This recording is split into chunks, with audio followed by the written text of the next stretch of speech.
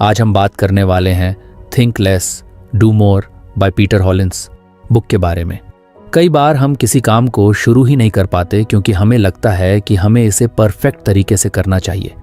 ये सोच हमें जकड़ लेती है और हम सिर्फ सोचते रह जाते हैं लेकिन कुछ कर नहीं पाते। इसे ही इनर्शिया कहा जाता है, यानी जड़ता या ठहराव। इसका सबसे आसान इलाज ये है कि अपने स्टैंडर्ड्स को कुछ कम कर दिया जाए। सोचिए, जब आप कोई नई स्किल सीखना चाहते हैं, जैसे कि पेंटिंग या गिटार बजाना, तो अगर आप ये सोचेंगे कि पहली बार में ही आपको किसी प्रोफेशनल आर्टिस्ट जैसा बनना है, तो आप शायद कभी शुरू ही ना कर पाएं। आपको लगेगा कि आप अच्छे नहीं हैं और आप ये सोचकर खुद को रोक लेंगे कि जब तक आप परफेक्ट ना हो जाएं, तब तक इसे करने का कोई फायदा नहीं। लेकिन अगर आप अपने स्टैंडर्ड्स कम कर दें और बस एक छोटा सा डूडल बना लें या एक सिंपल धुन बजाने की कोशिश करें, तो आप शुरुआत कर लेंगे। एक बार शुरुआत हो जाए तो आगे बढ़ना आसान हो जाता है। इसी तरह जब हम किसी बड़े टास्क के बारे में सोचते हैं तो वह इतना भारी लगने लगता है कि हम उस पर काम ही नहीं कर पाते। मान लीजिए आपको एक 10 पेज की रिपोर्ट लिखनी है और आप ये सोच रहे हैं कि इसे बहुत ही परफेक्ट होना चाहिए। ये सोचते ही आपको लगेगा कि यह बहुत मुश्किल है और आप टाल मटोल प्रोक्रेस्टिनेशन करने लगेंगे। लेकिन अगर आप यह सोचें कि बस पहला पैराग्राफ ही लिखना है, चाहे वह कैसा भी हो, तो आप काम शुरू कर पाएंगे। हमारा दिमाग फिनिश लाइन देखने में ज़्यादा दिलचस्पी लेता है, लेकिन जब वह यह देखता है कि वह बहुत दूर है तो वह डर जाता है। इसे दूर करने के लिए आपको बस इतना करना है कि अपने पहले कदम को आसान बना लें। अगर आपको एक्सरसाइज शुरू करनी है तो आप ये मत सोचिए कि आपको रोज़ 1 घंटे की वर्कआउट करनी होगी। बस ये सोचिए कि आपको सिर्फ 5 मिनट के लिए स्ट्रेचिंग करनी है। जब आप स्ट्रेचिंग कर लेंगे तो शायद आपको खुद ही लगे कि कुछ और कर लिया जाए। पूर्णतावाद कई बार प्रगति का सबसे बड़ा दुश्मन बन जाता है। हम ये मानकर चलते हैं कि हमें हर चीज़ में परफेक्ट होना चाहिए, लेकिन सच्चाई यह है कि परफेक्शन कभी भी एक झटके में नहीं आता। वह धीरे धीरे बार बार कोशिश करने से आता है। पहली ड्राफ्ट हमेशा खराब होती है, पहली कोशिश हमेशा औसत होती है और पहला कदम हमेशा अस्थिर होता है। लेकिन अगर आप इसे स्वीकार कर लें और खुद को यह अनुमति दें कि आप शुरुआत में औसत काम कर सकते हैं, तो आप इनर्शिया को हरा सकते हैं। सोचिए, जब कोई बच्चा चलना सीखता है तो क्या वह पहली बार में ही बिना गिरे दौड़ने लगता है? नहीं, वह गिरता है, फिर उठता है, फिर गिरता है और धीरे धीरे चलना सीखता है। अगर वह यह सोच ले कि जब तक वह बिना गिरे नहीं चल सकता तब तक वह कोशिश ही नहीं करेगा, तो वह कभी चल ही नहीं पाएगा। हमें भी यही माइंडसेट अपनाने की ज़रूरत है। कई बार हम सोचते हैं कि अगर हम कम स्टैंडर्ड्स रखेंगे तो हमारा काम बेकार होगा, लेकिन यह सही नहीं है। शुरुआत करना किसी भी टास्क का सबसे मुश्किल हिस्सा होता है और अगर आप उस हिस्से को आसान बना लें तो आगे का सफ़र खुद ही आसान हो जाता है। जब आप लिखना शुरू करते हैं तो आप धीरे धीरे एडिट कर सकते हैं। जब आप एक्सरसाइज शुरू करते हैं तो धीरे धीरे अपनी स्टैमिना बढ़ा सकते हैं। जब आप कोई नया बिजनेस शुरू करते हैं तो धीरे धीरे उसे सुधार सकते हैं। लेकिन अगर आप बस यह सोचते रहेंगे कि शुरुआत ही परफेक्ट होनी चाहिए, तो आप शायद कभी शुरुआत नहीं कर पाएंगे। इसलिए अगली बार जब भी आपको लगे कि आप किसी काम को करने के लिए बहुत ज़्यादा प्रेशर महसूस कर रहे हैं, तो बस अपने स्टैंडर्ड्स कुछ कम कर दीजिए। अपने टारगेट को छोटा बना दीजिए, काम को छोटे हिस्सों में तोड़ दीजिए और सबसे ज़रूरी बात, खुद को परफेक्ट होने का बोझ मत दीजिए। आपको केवल शुरुआत करनी है, चाहे वह शुरुआत कितनी भी छोटी क्यों ना हो। एक बार आप गति में आ गए तो इनर्शिया खुद ही खत्म हो जाएगा। अक्सर हम सोचते हैं कि किसी काम को करने के लिए पहले मोटिवेशन चाहिए। जब हमें मोटिवेटेड फील होगा तभी हम वह काम शुरू करेंगे, लेकिन सच्चाई इससे बिल्कुल अलग है। असल में मोटिवेशन का जन्म एक्शन से होता है। यानी अगर आप बिना मोटिवेशन के भी बस पहला कदम उठा लें तो धीरे धीरे आपको खुद ही मोटिवेशन मिलने लगेगा। जब आप किसी चीज़ को करने लगते हैं तो उसमें इन्वॉल्व हो जाते हैं और फिर आपका दिमाग खुद ही आपको आगे बढ़ने के लिए प्रेरित करने लगता है। मान लीजिए आपको एक लंबी बुक पढ़नी है, लेकिन आपको पढ़ने का मन नहीं कर रहा। आप सोच रहे हैं कि जब मुझे पढ़ने का मूड आएगा तब मैं इसे पढ़ूंगा। लेकिन अगर आप सिर्फ 2 पेज पढ़ने का एक्शन ले लें तो आपका दिमाग धीरे धीरे उस प्रोसेस में घुसने लगेगा और आपको खुद ही लगेगा कि कुछ और पढ़ लिया जाए। यही चीज़ किसी भी काम पर लागू होती है, चाहे वह एक्सरसाइज हो, पढ़ाई हो, काम हो या कोई नया स्किल सीखना हो। अगर आप शुरुआत कर लेंगे तो मोटिवेशन अपने आप आ जाएगा। मोटिवेशन की समस्या यह है कि यह एक अस्थायी टेम्पोरेरी चीज होती है। आप किसी मोटिवेशनल वीडियो या स्पीच से मोटिवेट हो सकते हैं, लेकिन वह मोटिवेशन ज्यादा देर तक नहीं टिकता। इसलिए अगर आप सिर्फ मोटिवेशन के भरोसे रहेंगे तो आप कुछ ही दिनों में फिर से सुस्त महसूस करने लगेंगे। लेकिन अगर आप एक्शन लेने की आदत बना लें तो आप बिना मोटिवेशन के भी अपने टारगेट को अचीव कर सकते हैं। इसका सबसे अच्छा उदाहरण है वर्कआउट। बहुत से लोग सोचते हैं कि पहले उन्हें एक्सरसाइज करने का मूड आए, फिर वे जिम जाएंगे। लेकिन अगर वे सिर्फ 5 मिनट की स्ट्रेचिंग से शुरुआत कर लें तो उनका शरीर और दिमाग धीरे धीरे उसमें लग जाएगा और फिर उनका मन करेगा कि कुछ और एक्सरसाइज कर ली जाए। यही प्रिंसिपल हर चीज पर लागू होता है। जब आप किसी भी काम को करने लगते हैं तो आपकी एनर्जी उस ओर शिफ्ट होने लगती है और मोटिवेशन अपने आप पैदा होने लगता है।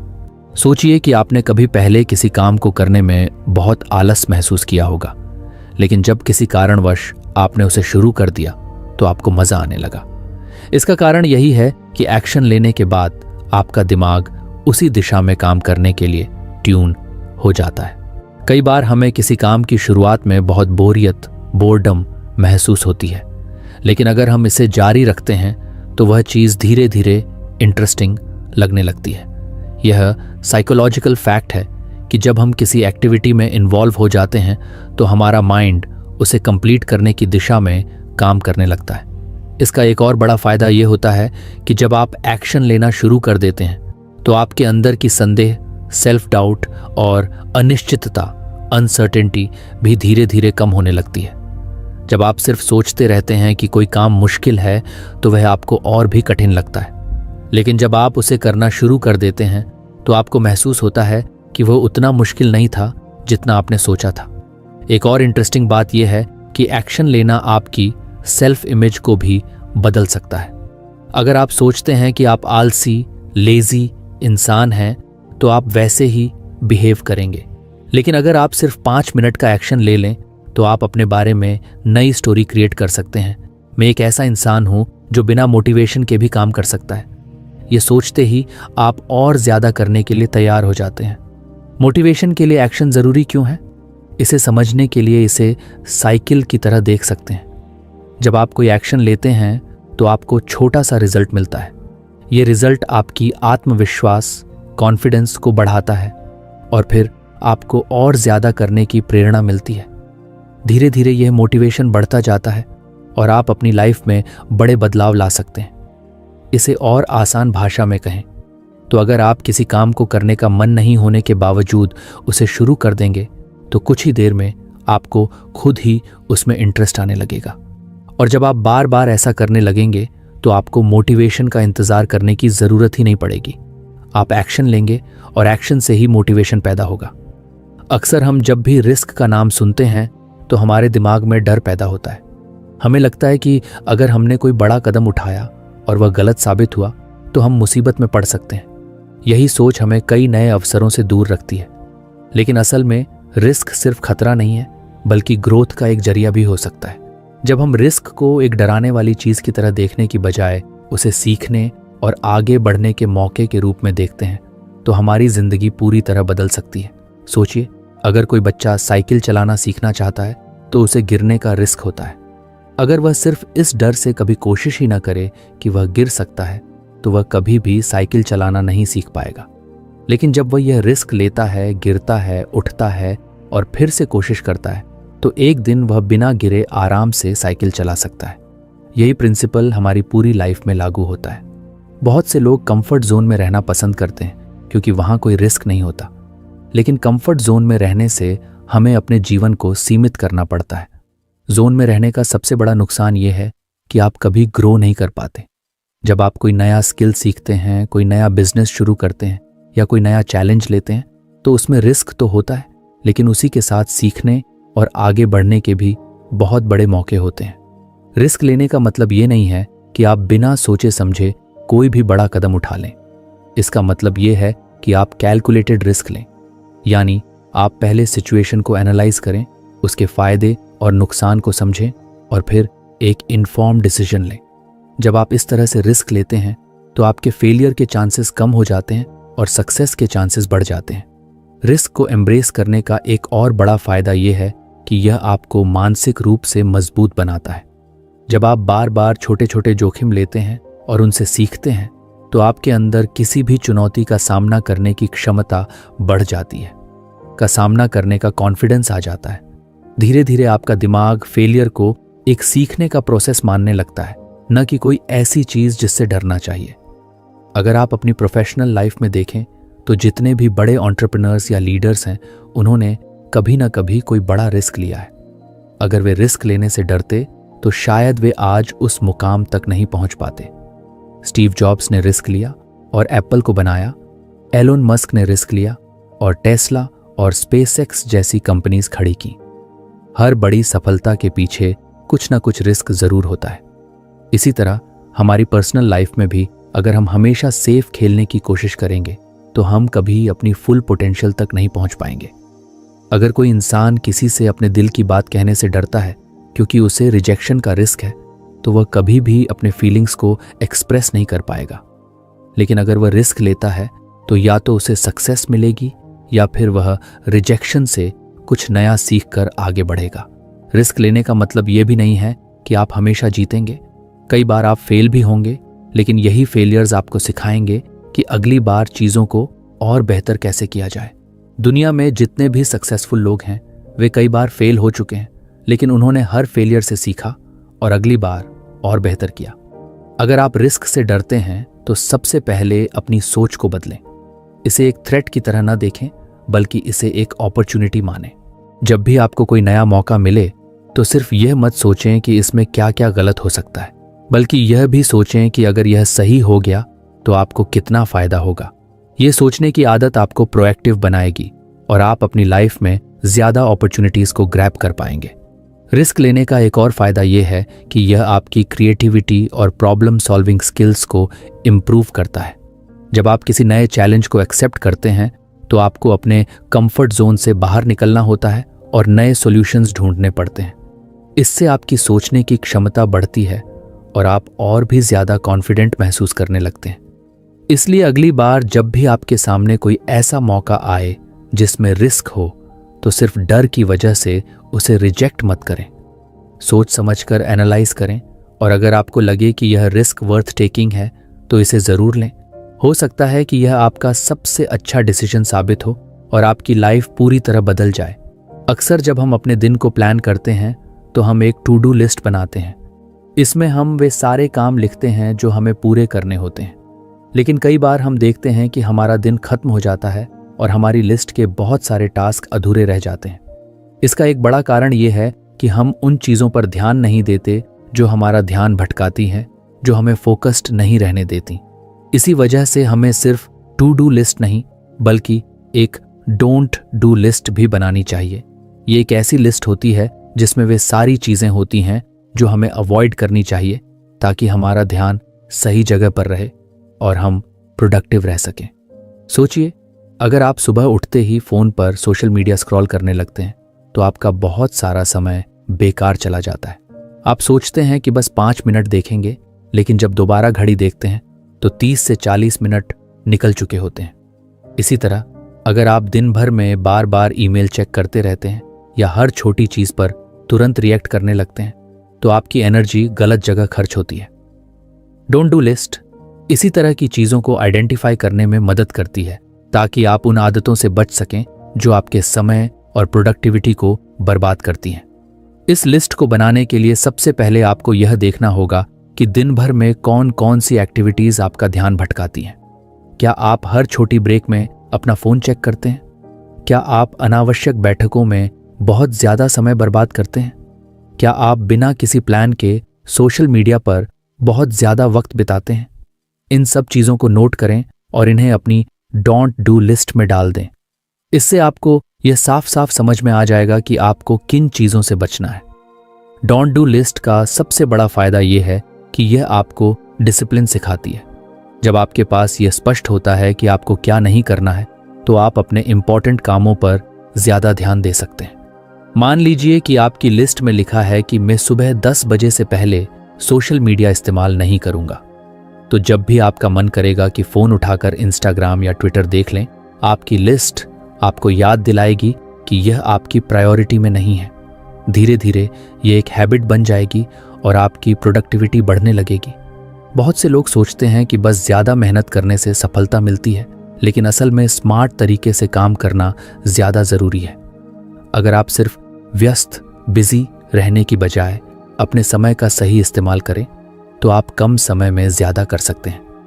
डोंट डू लिस्ट आपको यह समझने में मदद करती है कि कौन से काम सिर्फ आपका समय बर्बाद कर रहे हैं और उनसे बचकर आप अपनी एनर्जी सही दिशा में लगा सकते हैं। इसे और बेहतर बनाने के लिए आप अपनी लिस्ट को समय समय पर अपडेट कर सकते हैं। हो सकता है कि शुरू में आपको लगे कि सिर्फ सोशल मीडिया आपका ध्यान भटकाता है, लेकिन कुछ हफ्तों बाद आपको महसूस हो कि बार बार अनावश्यक मीटिंग्स भी आपका बहुत समय ले रही हैं। ऐसे में आपको अपनी डोंट डू लिस्ट में यह भी जोड़ना होगा कि मैं बेकार की मीटिंग्स में शामिल नहीं होऊंगा। इसी तरह आप अपने अनुभव के आधार पर अपनी लिस्ट को रिफाइन करते रहें। एक और महत्वपूर्ण चीज़ यह है कि डोंट डू लिस्ट केवल डिस्ट्रैक्शन से बचने के लिए नहीं होती, बल्कि यह आपको इमोशनल और मेंटल क्लैरिटी भी देती है। कई बार हम ऐसे डिसीजंस लेते हैं जो हमारे लिए सही नहीं होते, सिर्फ इसलिए क्योंकि हमें आदत होती है कि हम ना नहीं कह पाते। अगर आपकी लिस्ट में यह लिखा हो कि मैं ऐसे कामों के लिए हाँ नहीं कहूँगा जो मेरे गोल्स से मेल नहीं खाते, तो ये आपको अननेसेसरी कमिटमेंट्स से बचाने में मदद कर सकता है। अगर आप किसी एंटरप्रेन्योर, राइटर या किसी भी क्रिएटिव फील्ड में हैं, तो यह लिस्ट और भी ज़्यादा महत्वपूर्ण हो जाती है, क्योंकि आपके लिए सबसे ज़रूरी चीज़ है डीप वर्क, यानी वह समय जब आप पूरी तरह से फोकस होकर अपना सबसे अच्छा काम कर सकें। लेकिन अगर आपका ध्यान बार बार छोटे छोटे डिस्ट्रैक्शन से भटकता रहेगा तो आप कभी भी अपनी फुल पोटेंशियल तक नहीं पहुंच पाएंगे। डोंट डू लिस्ट आपको यह क्लैरिटी देती है कि कौन से काम आपको अवॉइड करने हैं, ताकि आप अपने सबसे ज़रूरी टास्क पर पूरा ध्यान लगा सकें। ये लिस्ट केवल प्रोफेशनल लाइफ के लिए नहीं, बल्कि पर्सनल लाइफ में भी बहुत काम आ सकती है। मान लीजिए कि आप अपनी हेल्थ को सुधारना चाहते हैं। अगर आपकी डोंट डू लिस्ट में यह लिखा हो कि मैं रात 11 बजे के बाद जंक फूड नहीं खाऊंगा, तो ये आपको सही चॉइसेस बनाने में मदद करेगा। अगर आप अपनी मेंटल हेल्थ पर ध्यान देना चाहते हैं, तो आप लिस्ट में यह जोड़ सकते हैं कि मैं ऐसे लोगों के साथ समय नहीं बिताऊंगा जो मेरी एनर्जी ड्रेन करते हैं। अंत में यह समझना ज़रूरी है कि जितना ज़रूरी क्या करना है यह तय करना है, उतना ही ज़रूरी यह तय करना भी है कि क्या नहीं करना है। हम सभी के पास 24 घंटे ही होते हैं, और अगर हम सही जगह अपनी एनर्जी लगाना सीख लें तो हम अपनी लाइफ में बड़ा बदलाव ला सकते हैं। एक छोटी सी डोंट डू लिस्ट बनाना एक आसान लेकिन पावरफुल तरीका है अपने दिन को बेहतर और ज़्यादा प्रोडक्टिव बनाने का। अगर आप इसे ईमानदारी से फॉलो करते हैं तो आप देखेंगे कि कैसे आपकी एफिशिएंसी, फोकस और ओवरऑल हैप्पीनेस बढ़ने लगती है। हमारी ज़िंदगी में हर दिन कई सारे काम होते हैं, कुछ ज़रूरी होते हैं तो कुछ कम ज़रूरी, लेकिन अक्सर ऐसा होता है कि हम उन कामों में उलझे रहते हैं जो उतने महत्वपूर्ण नहीं होते, और जो असल में हमारे लिए सबसे ज़्यादा मायने रखते हैं वे काम पीछे छूट जाते हैं। इसका कारण ये है कि हम अपनी प्राथमिकताओं, प्रायोरिटीज़ को सही तरीके से सेट नहीं कर पाते। यहीं पर बर्नर लिस्ट की ज़रूरत पड़ती है। ये एक ऐसा तरीका है जिससे आप अपने सबसे महत्वपूर्ण और कम महत्वपूर्ण कामों को अलग अलग रख सकते हैं, ताकि आपकी एनर्जी और अटेंशन सही दिशा में लगे। बर्नर लिस्ट का आइडिया यह है कि आप अपने टास्क को 2 हिस्सों में बांटें, फ्रंट बर्नर और बैक बर्नर। फ्रंट बर्नर में वे चीज़ें आती हैं जो आपकी सबसे बड़ी प्राथमिकता है, जिन पर आपको सबसे ज़्यादा ध्यान देना चाहिए। ये वे टास्क होते हैं जो आपके बड़े गोल्स को हासिल करने में मदद करते हैं। दूसरी तरफ बैक बर्नर में वे चीज़ें आती हैं जो ज़रूरी तो हैं, लेकिन फ़िलहाल उन पर ज़्यादा ध्यान देने की ज़रूरत नहीं है। ये वो काम हो सकते हैं जो आप बाद में कर सकते हैं या जो उतने क्रिटिकल नहीं हैं। सोचिए कि आप एक शेफ़ हैं और किचन में कई चीज़ें एक साथ बना रहे हैं। एक स्टोव पर कुछ पक रहा है जिसे लगातार चलाते रहना है ताकि वह ठीक से बने, यही आपका फ्रंट बर्नर है। वहीं कुछ चीज़ें धीमी आंच पर रखी हुई हैं जिन्हें समय आने पर देखा जा सकता है, यही आपका बैक बर्नर है। ठीक इसी तरह जब हम अपनी लाइफ को इस तरीके से ऑर्गेनाइज करते हैं तो हम अपनी एनर्जी को सही जगह फोकस कर सकते हैं। अगर आप किसी बड़े प्रोजेक्ट पर काम कर रहे हैं तो वह आपका फ्रंट बर्नर टास्क होगा। लेकिन अगर आप साथ ही साथ कोई नई स्किल सीखना चाहते हैं या किसी नए आइडिया पर काम करना चाहते हैं तो वह बैक बर्नर पर जा सकता है। इसका मतलब ये नहीं है कि बैक बर्नर के टास्क बेकार हैं, बल्कि इसका मतलब सिर्फ इतना है कि उन्हें अभी उतनी प्रायोरिटी नहीं मिलनी चाहिए। इससे आपका ध्यान भटकता नहीं है और आप सबसे ज़रूरी चीज़ों पर फोकस कर पाते हैं। बर्नर लिस्ट को अपनाने का सबसे बड़ा फायदा यह है कि यह डिसीजन मेकिंग को आसान बना देती है। जब भी कोई नया टास्क सामने आता है तो आप तुरंत तय कर सकते हैं कि वह किस बर्नर पर जाना चाहिए। इससे आपका दिमाग क्लटर फ्री रहता है और आप ज़रूरी चीज़ों को मिस नहीं करते।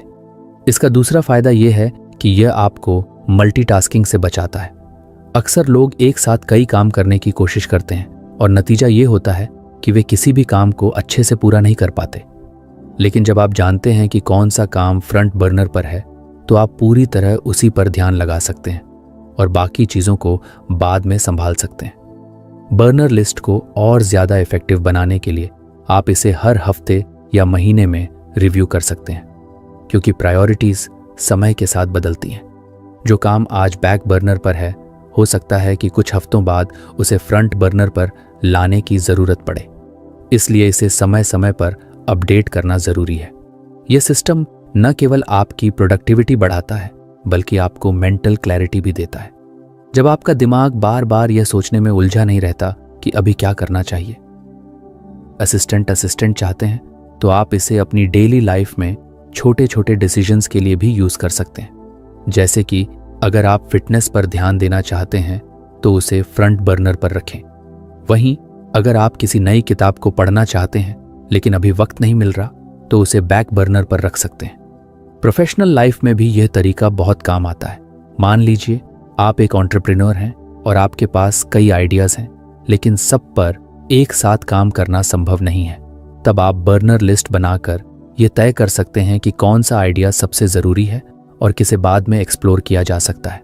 बर्नर लिस्ट का असली जादू इस बात में है कि यह आपको डिसिप्लिन सिखाती है। यह आपको यह समझने में मदद करती है कि हर टास्क एक जैसा ज़रूरी नहीं होता और अगर आप हर चीज़ पर एक साथ ध्यान देंगे तो कुछ भी अच्छे से पूरा नहीं हो पाएगा। जब आप यह समझ जाते हैं कि किन चीज़ों को प्राथमिकता देनी है और किन्हें फ़िलहाल साइड में रखना है तो आपकी प्रोडक्टिविटी और सक्सेस दोनों बढ़ने लगती हैं। इसलिए अगर आप अपने दिन को बेहतर तरीके से मैनेज करना चाहते हैं और सही चीज़ों पर अपनी एनर्जी लगाना चाहते हैं तो बर्नर लिस्ट को अपनी लाइफ में शामिल करें। ये एक आसान लेकिन पावरफुल तरीका है जो आपको क्लैरिटी देगा और आपके सबसे ज़रूरी गोल्स को पूरा करने में मदद करेगा। हमारी ज़िंदगी में हर दिन बहुत सारे डिसीजंस लेने पड़ते हैं, कुछ छोटे कुछ बड़े। कई बार हम बहुत छोटे छोटे डिसीजंस पर भी इतना ज़्यादा सोचने लगते हैं कि हमारा दिमाग थक जाता है और बड़े डिसीजंस लेने की एनर्जी ही नहीं बचती। इसे ओवर एनालिसिस कहा जाता है और ये हमारी प्रोडक्टिविटी और कॉन्फिडेंस दोनों को कम कर देता है। इसका सबसे अच्छा समाधान है सुपर स्ट्रक्चर डिसीजन मॉडल अपनाना। ये एक स्ट्रक्चर्ड तरीका है जिससे आप जल्दी और सही डिसीजंस ले सकते हैं बिना ज़रूरत से ज़्यादा सोच विचार में फंसे। सोचिए कि अगर हर बार आपको यह सोचना पड़े कि आपको सुबह क्या पहनना है, क्या नाश्ता करना है या किस ईमेल का जवाब पहले देना है, तो आपका दिमाग इन छोटे छोटे डिसीजंस में ही उलझ जाएगा। यही कारण है कि कई सक्सेसफुल लोग अपने रोज़मर्रा के डिसीजंस को सिंप्लीफाई कर देते हैं। उदाहरण के लिए स्टीव जॉब्स और मार्क जुकरबर्ग हमेशा एक जैसा कपड़ा पहनते थे ताकि उन्हें हर दिन इस बारे में डिसीजन न लेना पड़े। इसी तरह अगर आप एक स्ट्रक्चर्ड डिसीजन मेकिंग फ्रेमवर्क अपना लें तो आपका दिमाग ज़्यादा ज़रूरी चीज़ों पर फोकस कर पाएगा। सुपर स्ट्रक्चर डिसीजन मॉडल का मतलब है कि आपके पास एक प्री डिफाइंड सिस्टम हो जो आपको यह तय करने में मदद करे कि कौन सा डिसीजन कैसे लेना है। इससे आप सोचने में कम समय लगाएंगे और आपकी चॉइसेस आपके गोल्स के साथ अलाइंड रहेंगी। ये मॉडल खास तौर पर उन लोगों के लिए बहुत फायदेमंद है जो अक्सर डिसीजन पैरालिसिस का शिकार हो जाते हैं, यानी जब बहुत सारे ऑप्शंस होते हैं और हम ये तय ही नहीं कर पाते कि कौन सा सही है। इस मॉडल को अपनाने का पहला स्टेप ये है कि आपको यह तय करना होगा कि आप किन तरह के डिसीजंस को ऑटोमेट कर सकते हैं। उदाहरण के लिए अगर आप रोज़ ये सोचने में समय लगाते हैं कि आपको जिम जाना चाहिए या नहीं, तो इसे ऑटोमेट कर लें, यानी हफ्ते के कुछ दिन फिक्स कर लें कि उन्हीं दिनों जाना है, चाहे कुछ भी हो। इससे हर दिन इस डिसीजन को लेने की ज़रूरत ही नहीं पड़ेगी।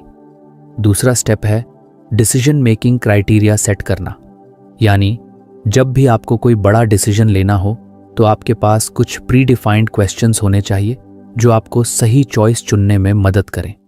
जैसे कि क्या यह डिसीजन मेरे लॉन्ग टर्म गोल्स से मेल खाता है? ज़ेरेनिया, क्या इससे मेरा समय और एनर्जी सही दिशा में लगेगा? ज़ेरेनिया, अगर मैं यह डिसीजन गलत लेता हूं तो उसका सबसे बुरा असर क्या हो सकता है? जब आपके पास ये प्री डिफाइंड फिल्टर्स होंगे तो आप बिना ज्यादा सोचे समझे सही डिसीजन ले पाएंगे। तीसरा स्टेप है पास्ट डिसीजन से सीखना। अगर आपने पहले कोई गलत डिसीजन लिया था तो उस पर एनालाइज करें कि गलती कहाँ हुई थी और अगली बार उस गलती को अवॉइड करने के लिए क्या किया जा सकता है।